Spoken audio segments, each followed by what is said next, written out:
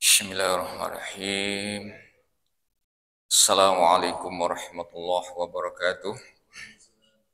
Alhamdulillah, salatu wassalamu ala rasulillah. Sayyidina Muhammad ibn Abdullah, la hawla wa la quwata illa billah. Allahumma rabbi syrah li sadri wa yassir li amri wa hlul 'uqdatam min lisani yafqahu qawli. Waj'al li wazhiran min ahli sadaqallah sadaqa rasuluhul karim wa ana ala dzalika minasyahidin wasyakirin walhamdulillahi rabbil alamin. Puji syukur kita panjatkan pada malam hari ini. Kita ditakdirkan oleh Allah Subhanahu wa taala untuk bisa melakukan sebuah kebaikan. Ketika hambanya diberikan kebaikan, itu berarti hidayah yang diturunkan Allah kepada hamba itu. Ketika kemungkaran ya diberikan kepada hambanya ketika melakukan keburukan, maka itulah kutukan namanya. La'anahumullah kalau dalam Quran istilahnya. Rasanya kelihatannya sama, tapi ujungnya berbeda. Sama saja kita berbuat baik, itu anugerah, berat. Tapi berat juga. Berbuat baik itu juga berat, ya. Berbuat jahat juga berat. Atau dibalik berbuat baik itu senang, ada juga berbuat jahat juga senang. Ada juga orang yang itulah. Yang dinilai kadang bukan saat berbuatnya, tapi yang dinilai adalah hasil ujungnya. Nah, ini sama saja orang petani, Pak. Petani itu kalau nanam semangka, nanam padi capek juga. Nanam ganja juga capek gitu kan. Kalau senang sekarang ini, nanam padi senang, nanam semangka senang, nanam ganja juga senang, itu orang tuh. Karena apa? Belum ketahuan hasilnya. Ya. Rata-rata petani orang yang sedang nanam ini capek, ya. Udah bosan, capek, lama gitu. Itu biasa. Makanya Allah itu selalu mengatakan, ya jangan takut. Jangan sedih, jangan gelisah, tapi manusia gelisah kan, udah biasa gitu. Karena apa? Allah yang akan membalas. Manusia belum dikasih tahu balasannya. Kalau manusia dikasih tahu balasannya sebelum bekerja, maka manusia akan kerja semua demi balasan. Asik kan itu ya? Nah, jadi Allah itu punya sifat begitu. Jadi manusia juga sama sih. Kamu kerja dulu, baru gaji, kan gitu ya? Ada nggak gaji dulu baru kerja? Kabur orang yang pasti itu, udah jelas. Itu Allah tuh pengasih sama deh, penyayang juga ya. Inilah ketika kita ini melakukan sebuah kebaikan, katanya ya Allah itu sebuah pertolongan. In ahsantum li anfusikum wa in asatum falaha. Baik untuk dirimu, jahat untuk dirimu. Ngaji sendiri untuk dirimu, banyak orang untuk dirimu. Ngaruh nggak tuh? Saya ulangi lagi. Kamu ngaji banyak orang untuk dirimu, umpama gitu ya. Oh, ngaji sendirian juga untuk dirimu. Jadi kalau orang beriman itu berbuat itu diri sendiri sebenarnya. Diri sendiri. Cuman disuruh ngajak. Ini disuruh ngajak. Tapi in ahsantum li anfusikum wa in asatum falaha. Kamu ada temennya ya untuk dirimu sendiri, nggak ada temennya untuk dirimu sendiri, Pak. Oleh karenanya itu, jadi kalau ibadah itu aneh. Ibadah itu begini. Ibadah itu sifatnya tuh semakin tidak ada temen, malah semakin ikhlas loh. Sebenarnya, bener nggak? Semakin berat ya. Semakin sendiri, itu semakin ikhlas. Itu ibadah. Kenapa? Karena ibadah di waktu malam lebih ikhlas daripada ibadah di waktu siang. Bener nggak? Tuh. Lah kalau di waktu malam siapa yang liatin? Siapa yang muji? Siapa yang ini? Nggak ada kan? Wah, itulah lebih ikhlas. Itulah makanya di ajaran agama itu begitu. Wa ma umiru illa liya'budullaha mukhlishina lahuddin. Surat Al-Bayyinah. Tidak aku perintahkan kamu untuk ibadah, beramal, kecuali satu dasarnya adalah mukhlisin, ikhlas. Ikhlas itu diukur bagaimana, Pak? Gitu kan? Ya ikhlas saja. Melakukannya ikhlas, ya ikhlas ukurannya beda-beda. Saya nggak bisa mengatakan ikhlas itu harus begini, nggak juga. Nggak bisa manusia. Ikhlasnya seukuran apa? Loh. Ya, yang penting ada ikhlas saja udah. Gitu. Mau diukur sama malaikat, ya nggak cocok. Karena malaikat nggak punya nafsu, pasti ikhlas. Gitu loh. Nggak bisa diukur ikhlasnya berapa, nggak bisa. Yang penting ada ikhlas. Nggak ada yang berani ngukur. Ikhlas itu begini, nggak ada. Itulah ya. Makanya Al-Quran ketika diturunkan, kita kaji, sebenarnya ada tujuan yang paling penting, yaitu hudan, petunjuk di dalam Quran. Mau saudaraku hafal, silakan saja. Mau bacaannya bagus, silakan saja. Itu semuanya baik. Tapi yang paling baik adalah mengerti isinya dan menjalankannya. Namanya petunjuk. Itu loh. Nah, kenapa harus ada petunjuk? Inilah pentingnya. Kalau Bapak hanya di dunia, nggak perlu petunjuk. Kenapa? Google Map udah cukup. Betul ya? Kalau kita hanya diciptakan untuk di dunia, nggak perlu Quran. Kenapa? Lah, petunjuk lebih canggih kalau bahasa kita. Di dunia ini cukup Google Map, orang nanya orang tahu. Semuanya tahu. Kalau cuman hanya di dunia, nggak perlu Quran. Nggak perlu. Karena apa? Gampang, jalan bisa diapalin. Jalan di dunia ini bisa diapalin. Kesana sekali, 2 kali, hafal, udah nggak perlu petunjuk. Iya. Tapi akhirat itu sekali. Nah ini loh, akhirat terus sekali, nggak ada akhirat 2 kali, nggak ada. Belum pernah ada orang yang mati dulu balik lagi ngomong, ngoceh di sini nih ngomong, sana ribet jalannya, nggak ada itu. Balik sekali saja, gitu kan? Mau balik nggak bisa, sebab kalau balik sudah nggak ada temennya, Pak. Kalau mau balik nih kira-kira ada yang nemenin nggak? Saya baru pulang dari kuburan gitu misalnya gitu, nggak ada nemenin. Malah mati lagi, kepengen mati lagi. Kenapa? Di dunia nggak ada yang nemenin, kan gitu. Ya inilah Al-Quran. Inilah ayat yang akan saya baca. Adalah ada satu hal yang paling penting adalah janji. Janji ya di sini janji kepada Allah, janji kepada siapa itu penting. Karena kepercayaan manusia tergantung janji yang diucapkannya. Itu bisa dipercaya. Ketika sudah nggak bisa dipercaya, orang sudah nggak percaya, udah susah. Kita baca. A'udzubillahi minasyaitonir rajim. أَوَكُلَّمَا عَاهَدُوا عَهْدًا نَبَذَهُ فَرِيقٌ مِّنْهُمْ بَلْ أَكْثَرُهُمْ لَا يُؤْمِنُونَ. أَوَكُلَّمَا atau ketika ahadu mereka berjanji, ahdan satu perjanjian, nabadahu membuangnya, fariqun segolongan minhum dari mereka, menipu, palsu, janjinya nggak bisa dipegang. Ketika dia berjanji kepada siapa saja, ini ciri orang munafik nih, maka janji itu selalu dibuang. Genjatan senjata nggak jadi, ini kalau perang itu, gitu. Nah, udah sepakat nggak jadi, ini kan sifat munafik, memang begitu susah. Jadi munafik itu orang yang paling ditakuti karena tidak bisa diambil janjinya. Janjinya susah. Orang itu diambil janjinya. Ketika orang itu nggak bisa diambil janjinya, susah, Pak. Makanya, apa? Nah, kalau binatang nggak ada janji, kan? Pohon ada janjinya nggak? Nggak ada. Binatang nggak ada janji. Yang bisa janji itu hanya manusia saja. Dan dipegang itu orang dengan janjinya. Nah, maksudnya di dalam Quran itu, misakun, perjanjian yang kokoh, macam-macam tuh. Nah, ini ada orang ketika dia berjanji, dia buang tuh janji. Kayaknya nggak ada masalah apa-apa. Bahkan aksaruhum kebanyakan mereka la yu'minun tidak beriman. Nah ini masalahnya. Jadi masalahnya karena iman, Pak. Jadi kenapa dia tidak bisa pegang janji? Karena dia tidak beriman. Kalau dia beriman, janji adalah hutang. Betul ya? Al-wa'du dainun. Janji itu adalah hutang. Makanya kalau kita janji Allah kepada Allah namanya nazar. Ada? Janji nazar. Harus dibayar loh, Pak. Misalnya janji kepada Allah itu namanya nazar.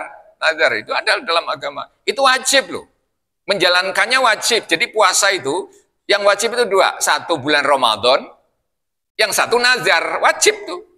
Kalau misalnya janjinya puasa ya, sholat nggak boleh buat nazar, karena itu sudah wajib. Jadi ya yang bisa dijadikan apa namanya nazar itu adalah hal yang tidak wajib. Jangan ngomong begini, kalau anak saya lulus, kalau saya dapat rezeki, saya mau sholat 5 waktu. Boleh nggak begitu? Itu nggak boleh, ngaco. Itu nggak boleh. Mau jadi nggak lulus ya sholat 5 waktu. Itu wajib nih. Nggak boleh Pak, itu nggak boleh. Jadi itu yang sesuatu yang nggak wajib. Ada yang ngomong wajib. Kalau nanti rezekiku besok goal bisnisku, saya mau puasa bulan Ramadan. Loh, bagaimana urusannya ini? Kata Allah jangan goal aja sekalian. Yang wajib nggak boleh dijadikan buat sumpah atau nazar. Kalau dilanggar gimana? Nah, melanggar sumpah namanya, melanggar nazar. Ya sudahlah, kau ngasih makan itu orang makan 10 orang fakir miskin, ya atau apa namanya memberi makan atau memberi pakaian atau puasa, ya puasa 3 hari. Alhamdulillah. Jangan main sumpah-sumpah aja. Jadi nazar. Ada yang janji sama orang. Lah ini kepercayaan urusannya nih. Kalau udah janji sama orang kepercayaan. Ya. Janji sama Allah sih ya Allah Maha Pengasih gitu loh.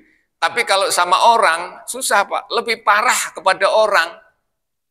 Kalau udah janji sama orang nggak ditepati, susah Pak, nggak dipercaya lagi. Karena orang ingetnya itu kesalahannya terus. Nggak ada kebaikan. Sekali lagi bohong, sekali doang bohong, besok janji lagi, orang percaya nggak? Yalah, paling juga bohong. Karena yang dilihat orang itu salahnya. Tapi kalau Allah ngelihat itu hambanya, benernya. Beda aja, beda.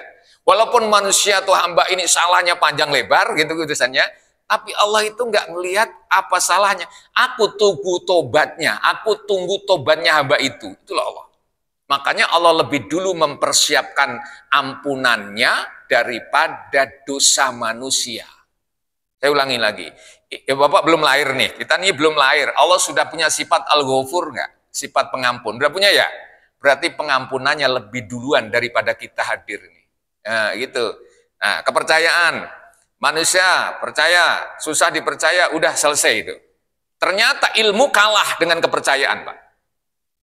Ya, ilmu yang tinggi tapi itu orang nggak bisa dipercaya, kalah ilmunya. Hilang nggak? Hilang ilmunya Pak. Coba, maka gelar Nabi yang pertama bukan ini dan itu, tapi Al-Amin. Nomor 1 Pak. Gelarnya itu. Nabi itu gelarnya banyak loh. Ya, banyak. Rasulullah, mungkin ya Habiballah, Al-Mustafa, apalagi itu ya. Banyak sekali itu kan. Nah, tapi yang disematkan pertama kali apa? Al-Amin, orang yang bisa dipercaya. Kalau Nabi mengandalkan pintarnya, tapi nggak bisa dipercaya, kayaknya orang susah deh untuk ngikuti. Betul ya? Ternyata Nabi itu yang diikuti, yang bisa dipercaya saja. Apa yang bisa didengar sama orang yang tidak bisa dipercaya? Coba, apa yang bisa didengar coba? Misalnya dia ngomong, wow, panjang lebar dia ngomong, ya orangnya nggak bisa dipercaya, susah. Dosa. Makanya ya Allah, inilah ini Quran mengajarkan benar ya. Kepercayaan itu luar biasa ternyata, Pak. Walaupun orangnya bodoh, sekali ini. Tapi bisa dipercaya. Orang ngomong begini, saya sih nggak perlu orang pintar, katanya gitu ya. Yang kamu perlu apa? Orang yang bisa dipercaya. Bapak, saya mau nanya. Bapak kalau cari temen, mungkin ya, mungkin cari teman, cari apa gitu loh. Kira-kira cari orang pinter apa yang bisa dipercaya? Nah, Bapak udah bilang, cari yang dokter aja sekalian. Nipu. Yang dipercaya Pak, yang bisa diajak kerja itu adalah orang yang bisa dipercaya. Tenang loh. Bapak nyerahin aku nyerahin kamu ya warung supaya dijaga, umpama gitu ya. Kamu aku nggak sekolah Pak, umpama gitu, sekolah aku nggak tinggi Pak, tapi aku bisa dipercaya. Lebih mantap itu daripada bilang begini, aku gelarku dokter Pak, tapi besok ini warung saya jual gitu. Ayo, nggak percaya loh Pak, bener lah. Makanya dimanapun kita itu Enak gitu kalau orang bisa dipercaya, berteman juga enak, semuanya enak, Masya Allah. Apalagi sudah dalam keluarga ya Pak ya. Masya Allah, pinter ya penting sih. Cuman kadang-kadang dalam Quran itu yang diterangkan bukan pinter sih. Orang yang dipercaya. Dikatakan dalam ayat ini, bal aksaruhum la yu'minun. Bahkan mereka itu tidak beriman. Ya, karena orang yang bisa dipercaya itu orang iman. Iman itu dari kata amanah. Apapun yang dititipkan aman.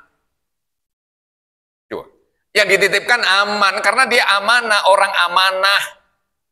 Iman itu berarti amanah. Sama saja itu. Amanah, amanah, iman, tiga. Aduh, jujur kalau bahasa ini. Masya Allah luar biasa ya. Awakullama atau setiap ahadu mereka berjanji dan perjanjian nabadahu membuangnya fariqun segolongan minhum dari mereka. Janji itu dibuang dari mereka, buang. Bal aksarohum bahkan kebanyakan mereka la yu'minuna tidak beriman. Maka yang dituntut oleh Allah manusia itu banyak. Maka dalam Quran itu ada sebutan berbagai macam manusia itu. Sebutnya gini, ya ayyuhan nas, hai manusia. Itu semua manusia kesebut. Mau yang beriman, mau yang baik, mau yang buruk, mau yang jelek, mau yang pinter, mau yang bodoh, namanya manusia akan kesebut. Itu borongan tuh, nggak ada bedanya tuh. Manusia, ya ayyuhan nas, ubudu rabbakum. Ini manusia sebutnya rata-rata, nggak ada bedanya. Tapi kalau udah diringkas, ya ayyuhalladzina amanu, manusia separuh hilang. Manusia hampir separuh hilang tuh. Kenapa? Ada gelarnya amanu. Amanu itu iman. Min ibadina sholihin. Ada lagi diringkas lagi iman tambah soleh. Lebih sedikit lagi tuh. Udah, lebih sedikit. Maka kalau di pasar orang banyak nggak? Sekarang tanya, di pasar orang banyak, siapa saja boleh masuk di pasar, betul? Betul ya. Tapi kalau di masjid udah ada saringan, tuh. Betul. Semakin sedikit, semakin soleh, semakin sedikit. Itu kata Umar bin Khattab. Umar bin Khattab itu mengatakan doanya nih, Allahumma ja'alna minal qalil. Ya Allah jadikan aku kelompok yang sedikit. Ternyata kelompok yang sedikit itu pilihan. Kelompok sedikit pilihan, berat. Oh berat, jangan ngomong berat deh pokoknya. Jangan ngomong berat. Emang semuanya berat. Mana ada yang enteng? Saya tanya, kerja berat nggak? Kerja itu berat nggak? Bang, kerja berat nggak? Tidur berat nggak? Nah, ngomong loh. Ya, saya balik plek gitu loh. Tidur itu berat. Beratnya gimana? Coba. Tidur melulu itu diomelin orang sekampung, ibu bapaknya, anak istri ngomelin. Kalau bapak kerja hanya merasakan, ya Allah capek nih, betul ya? Capek saya kerja, sendiri yang merasakan. Semua senang, anak senang, istri senang, semuanya senang kerja. Coba bayangin, coba tidur, coba semuanya ngomelin, kerjaan tidur melulu. Kita jawabnya, namanya kerjanya baru tidur. Kerja itu kerjaan, tidur kerjaan bukan? Kerjaan, lebih capek tidur daripada kerja loh. Rasanya itu nggak enak betul. Orang begitu, kerja capek, oke, silahkan tidur. Tidur itu lebih capek daripada kerja. Kita belum mengalami soalnya. Betul ya? Semua sekampung ngomelin semua. Capek saya jadi. Akhirnya nggak betah tuh tidur. Capek loh. Jadi ya itu hitungnya gitu ya. Dia pikir manusia itu kalau tidur nggak capek. Elah, sudah nggak dihargain tukang tidur, umpama gitu ya. Capek. Kesimpulannya apa? Kau berbuat baik capek, nggak berbuat juga capek. Betul ya? Capek loh Pak. Ini aja kelihatannya enak kali ya tidur. Iya, kalau cuma sebentar-sebentar tidur enak ya. Tapi kalau terus-terusan tidur enak nggak? Nggak enak juga. Ini gini manusia tuh. Inilah iman. Jadi sekali lagi, kita itu digambarkan oleh Allah. Kalau kau kerja ya capek. Bahkan kalau kau nganggur juga capek. Karena dunia ini nggak ada yang enak. Betul? Aslinya nggak ada ini. Kelihatannya aja orang enak. Presiden enak kali ya. Coba sekali jadi presiden mencret. Kita nggak boleh tidur Pak. Nggak boleh tidur, nggak boleh ngantuk. Ada nggak presiden sekali-kali ngantuk gitu? Ada nggak? Itu padahal capek loh wajahnya, kita lihat, Masya Allah, presiden tuh wajahnya semblep, capek, nahan tidurnya ini. Tapi kita gitu pulang kerja tidur, bangun, makan, loh kayak enak banget ya. Presiden pasti ngomong, enak kali ya kalau jadi tukang becak, pasti ngomong begitu. Oh, tukang becak juga ngomong, enak kali ya kalau jadi presiden. Bayangin aja tukang becak, kita lewat, ngorok di atas becaknya, berarti kan enak gitu. Kalau ada masalah nggak mungkin dia tidur. Kalau gelisah nggak mungkin dia tidur. Makanya kalau saya lewat ada tukang becak tidur, ya Allah, itu nikmat banget dari tukang becak. Tapi tukang becak ngeliatin tukang naik Mercy juga ngomong, Mercy enak kali ya, jadi orang kaya duduknya di mobil Mercy, betul. Tapi orang tukang Mercy juga ngomong, enak kali ya tukang becak ya, jam segini sudah bisa tidur, katanya gitu lah. Lah saya di jadwal sono, jadwal sini, sono sini, nggak bisa. Makannya sama, makannya sepiring. Bahkan kalau diteliti, makannya enakan tukang becak, tukang kita daripada mereka. Lu kok bisa? Nggak percaya, kumpulannya orang kaya kali-kali dah. Makan ini nggak boleh, makan itu nggak boleh, kantongin aja duit 1 tas, makan apa-apa nggak boleh. Giliran kita dompet aja kosong, maunya beli makanan melulu. Lah ini enakan mana coba? Kalau ditanya enakan mana? Kalau ditanya lo ya, enakan orang susah. Saya mau nanya, orang susah mau kalau makan enak apa nggak enak? Orang susah nih, lagi nggak punya duit, ya, kalau makan apa aja enak, apa aja nggak enak? Apa aja enak ya? Kalau lagi nggak punya duit, betul ya?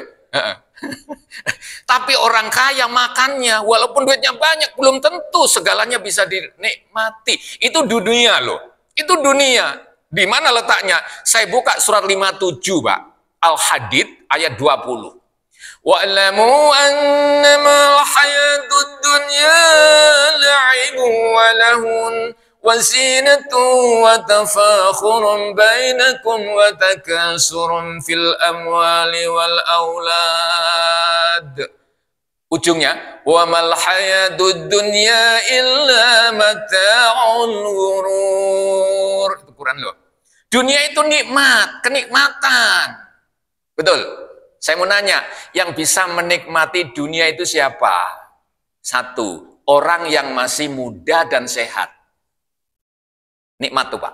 Kalau Bapak masih muda, sehat, makan apa aja enak nggak? Jalan-jalan kemana aja enak nggak? Naik motor nggak pulang-pulang enak nggak? Enak. Naik mobil? Enak. Kapan? Waktu masih muda. Itu dunia tuh. Betul. Biarin kemana tuh? Wah, anak muda. Ya enak, masih enak. Kalau umur sudah 80 tahun, baru diajak kemana aja, pengen pulang lagi nggak? Tuh, mobilnya sama, joknya sama, masih itu. Yang dudukin beda umurnya, baru berangkat ngomong kapan sampainya. Ya. Lu bener ini lo. Inilah dunia. Kapan yang dunia bisa nikmat? Umurmu dan kamu sehat. Itu kalau nanti semakin tua, dunia sama, mobilnya sama, kursinya sama, karena umur kita ditambah oleh Allah, nikmatnya dunia tidak ada sama sekali bahkan. Betul. Dulu kalau ditanya tuh, paling suka makan apa? Sate, Pak Ustadz. Enak ya. Enak sate itu. Umurnya berapa waktu itu? 20 tahun, 25 tahun, 30 tahun. Makan sate. Giliran umur 80 tahun disuguhin sate. Kira-kira milih tahu apa sate kira-kira? Masya Allah. Ini satenya sama loh. Lengganannya sama. Lengganannya sama, satenya sama. Dikasih sate. Waduh Pak, saya udah nggak bisa makan sate. Loh, ini lengganan Bapak yang dulu loh. Iya betul, saya percaya, tapi rasanya makan sate udah nggak enak. Kenapa? Gigi saya sudah hilang semua, Pak. Oh, pantes. Jadi makan sate nggak nikmat, padahal itu lengganan dari dulu. Itu dunia, Pak. Ya, mau nggak mau. Jalan, aduh, yang dulu tuh camping, traveling, apalah sebabnya. Tiap hari seger banget, kelihatannya enak. Iya, dunia kau masih muda, dunia itu nikmat. Tapi kalau kau cari kenikmatan terus, sampai tua, salah. Karena Tuhan tidak perlu kenikmatan yang kau rasakan itu, tapi Tuhan perlu kamu itu harus cari ketenangan. Yang pertama, cari kenikmatan, silahkan. Emang dunia itu nikmat, tadi saya sebutkan ayatnya. Wa mal hayatud dunya illa mata'. Mata itu kesenangan. Kesenangan, Pak. Sekarang sudah nggak seneng lagi ya naik mobil, Pak. Enggak. Kenapa? Udah nggak layak. Sekarang sudah nggak ini lagi ya, pakai ini enggak, udah nggak pantas. Itu ngomongnya begitu, Pak. Udah ada batasnya. Langsung cari apa? Ketika kita umur sudah sekian, perintahkan Allah. Ya ayyatuhan nafsul mutmainnah, irji'i ila rabbiki radiyatan mardiyah, fadkhuli fi ibadi wadkhuli jannati. Cari apa, Pak? Umurku sudah sekian, kesenangan sudah hampir lewat. Contohnya hampir lewat begini, badan sudah rasanya sakit melulu. Tidur katanya enak, tapi tidur sekarang sudah bangun. Kalau dulu masih muda tidur dari jam 6 sore sampai jam 6 pagi, anteng tuh tidur. Sekarang tidur jam 12, bangun jam 2, jam 3, gelisah rasanya tuh, Pak. Bener? Bener apa enggak itu? Ada enggak orangnya di sini yang kayak gitu? Iya Allah, bener Pak. Iya, Masya Allah. Itu tandanya Anda sudah tidak senang lagi, tidak cari nikmat lagi. Semua nikmat dikurangi, harus cari ketenangan sekarang. Iya, jangan sampai kelewat. Ketenangan itu harus ada. Separuh umurmu harus kau cari ketenangan. Tuh. Kalau kita tahu umur ya, harus cari ketenangan. Karena apa? Itulah yang Allah katakan, hai jiwa-jiwa yang tenang. Itu surat Al-Fajr ayat 27. Jiwa-jiwa yang tenang, irji, kembalilah kau kepadaku, fadkhuli fi ibadi wadkhuli jannati, masuklah dalam kelompok hambaku dan masuk dalam surgaku. Begitu. Itu sambutan apa pengusiran? Coba saya tanya nih. Kata-kata tadi itu, hai hambaku, masuklah kau dalam kelompok hambaku, masuklah dalam surgaku, kembalilah engkau. Itu kata-kata usiran apa penyambutan? Penyambutan. Kenapa kok disambut? Karena dia mau kembali menjelang akhir-akhir umur, menjelang kesekian umurnya, dia rindu kepada seseorang, kalau bahasa orang ya, rindu kepada seseorang karena kita mau pindah negara dan di sana sudah ada yang nyambut, kita calling kepada yang punya negara di sana. Di luar negeri, hai yang punya negara mana gitu, kita calling, saya mau ke sana. Oh silahkan, saya sambut. Pertama kali sebelum kita pindah calling dulu sama yang punya negara. Kapan? Ya nanti sebentar lagi saya akan ke sana. Ya dikasih tek itu. Hari ini saya mau ke sana. Kira-kira mereka nyambut nggak sama kita?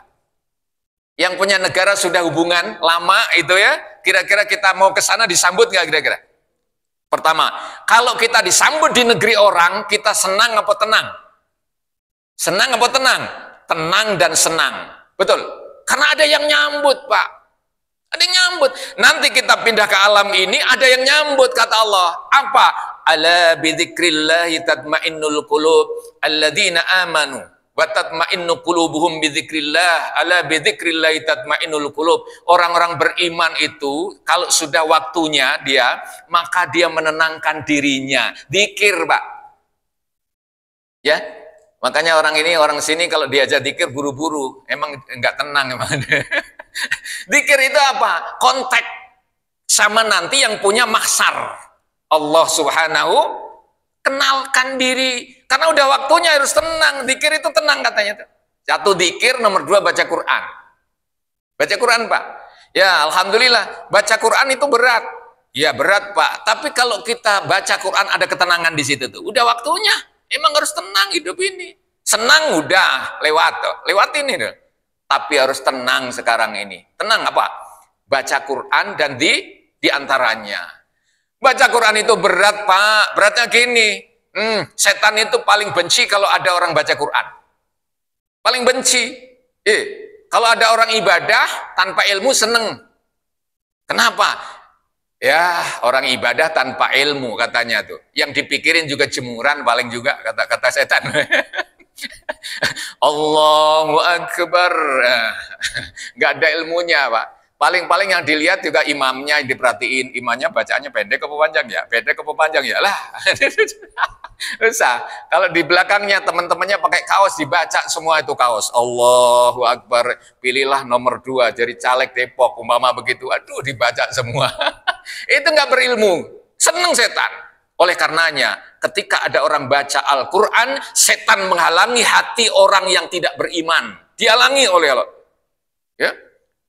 Jangan dengerin, jangan dengerin.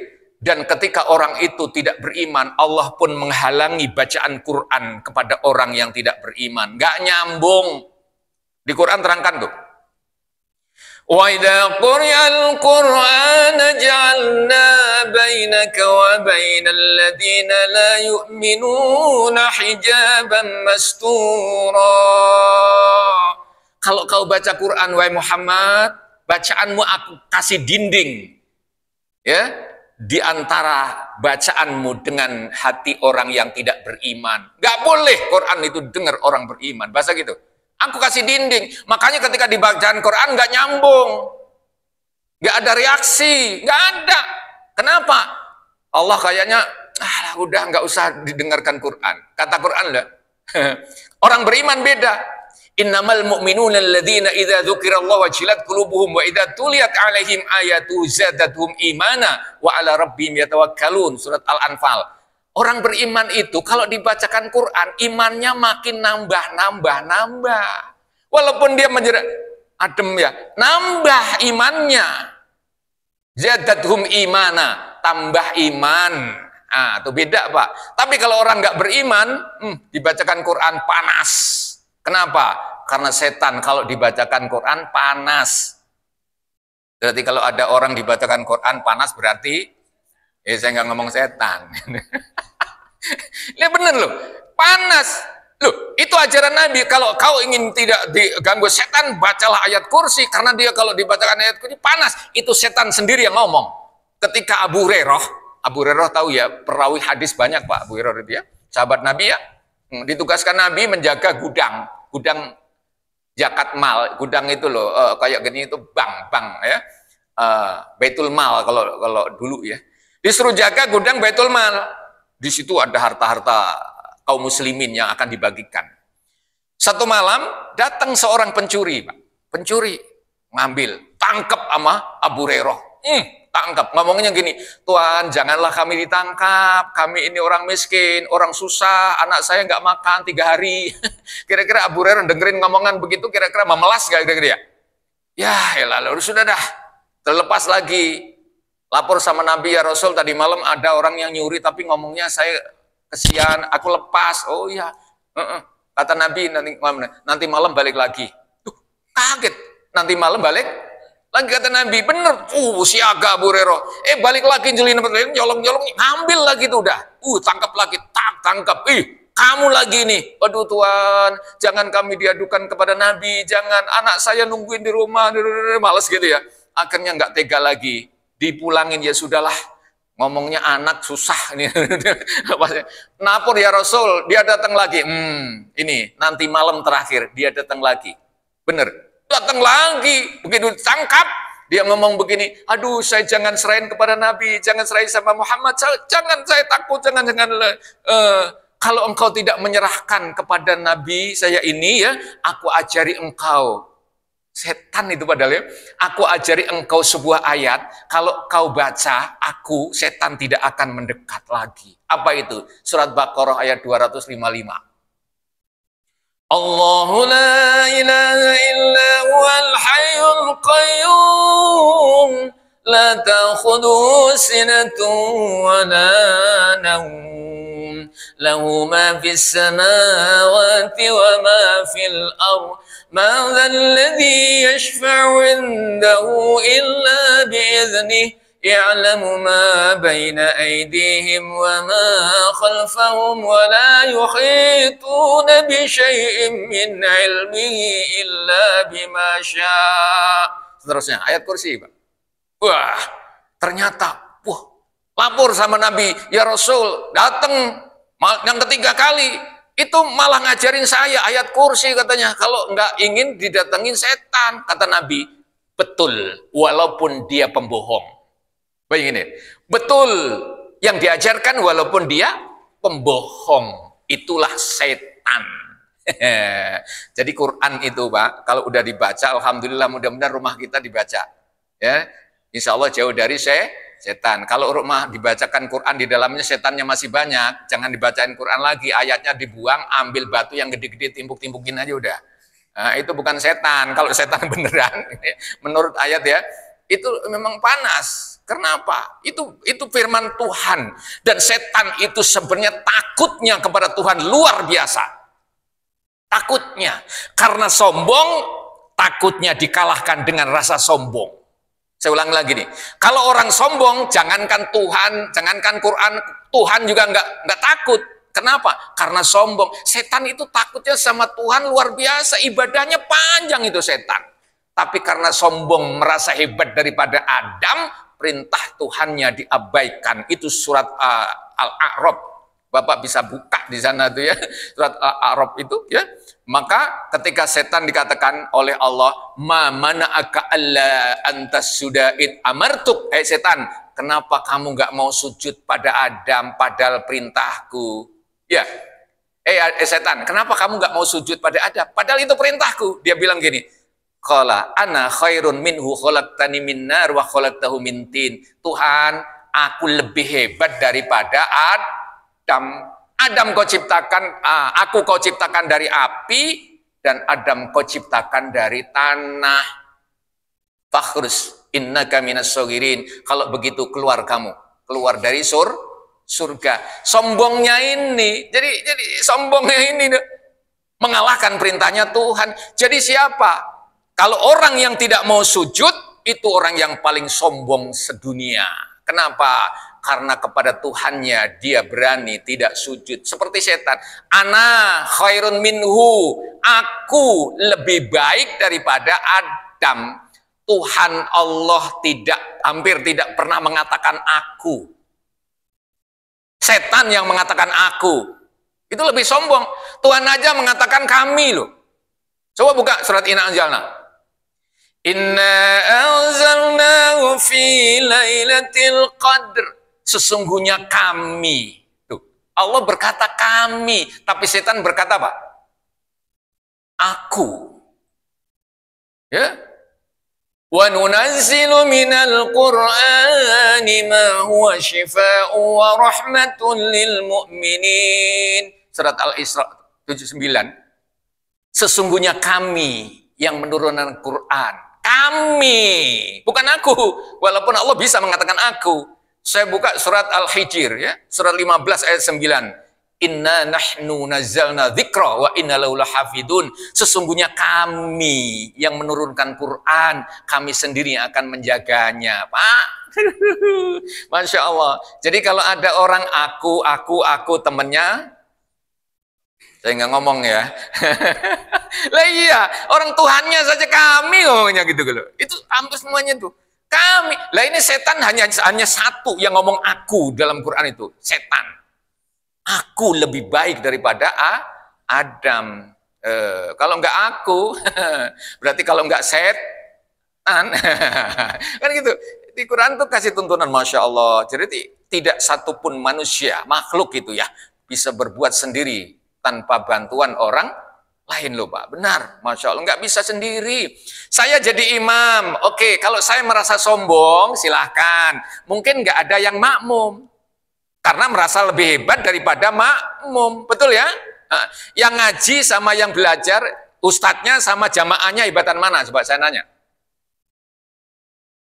Gak ada yang jawab kan, gak berani kan, takut kesinggung kan, ya mau bilang ustadznya gimana, mau ini, enggak gini ceritanya, artinya saling membutuhkan. Kalau ada ustadz merasa hebat daripada jamaahnya, silahkan ngaji sendiri, nggak ada jamaahnya 1 jam. Ngaji sendirian, pakai speaker, nggak ada jamaahnya satupun, 1 jam. Kira-kira Bapak lewat ngomong apa kira-kira? Itu udah lama kayak gitu Ustaz kali ya? Udah. Dan dibalik sekarang, ada jamaah yang tekun menghadap ke sini 1 jam, nggak ada ustadznya yang ngomong, tapi pada bengong 1 jam. Paling ustadznya lewat juga itu jamaah lagi ngapain sih itu. Sama, nggak ada nilainya. Jamaah imam, makmum menjadi 27 derajat karena ada imam dan makmum. Maka nilai itu diakumulasi, digabung menjadi 27 derajat. Kalau imamnya saja sendiri 10 kali derajat, makmumnya sendiri 10 kali derajat, giliran digabung menjadi 27 derajat. Berarti yang hebat sekali lagi imamnya apa makmumnya? Dua-duanya. Itulah yang itu terangkan dalam Quran loh Pak. Surat 39, surat Az-Zumar, ayat 72, 71, 72, 73 gitu loh ya. Ternyata di situ ada Az-Zumar, rombongan. Wasiqal ladzina taqau ilal jannati zumara. Nanti ada orang itu di dunia ini yang rombongannya di dunia masuk surga pun rombongan. Karena yang dikenal itu pasti dipanggil. Sekali lagi, orang itu kalau rombongan pasti nyari temennya. Orang yang duluan pasti nyari temennya. Setuju nggak? Itu di Quran surat Al-Mudaththir menjelaskan begitu. Orang itu nanti dimanapun itu pasti cari temennya waktu kenal di dunia. Dunia ini kenal, di TSM ini kenal umpama ya Pak ya. Nanti Bapak pergi kemana, pasti nyari temennya yang kenal. Betul? Mana teman saya ya tadi ya, hilang. Hilang Pak, hilang. Dicari sampai ketemu, wah ini dia teman saya. Nggak mungkin Bapak nyari orang yang nggak kenal. Gimana ceritanya tuh? Makanya di Quran dalam 63, surat 63 Munafikun itu, ya, ada itu diterangkan. Dia kepengen balik lagi, Rabbi, gitu. Apa ya Tuhan kami, kembalikan lagi aku ke dunia. Ya, aku ingin kumpul sama orang-orang soleh. Dulu nggak mau kumpul, giliran udah pisah aja, udah terakhir yang mau kumpul. Sama saja begitu, nggak akan ketemu. Karena kumpul di sini juga saya takut, lari gitu. Kenapa? Pulang dari kuburan Pak, saya baru kemarin, lari saya udah susah. Demikian bagi sekalian ya, mudah-mudahan sekelumit tentang Al-Quran ini kita bedah sedikit penjelasan luar biasa. Mengidari Al-Quran semua mudah-mudahan diberikan kekuatan. Amin ya rabbal alamin. Mohon maaf atas segala kurangnya. Assalamualaikum warahmatullahi wabarakatuh.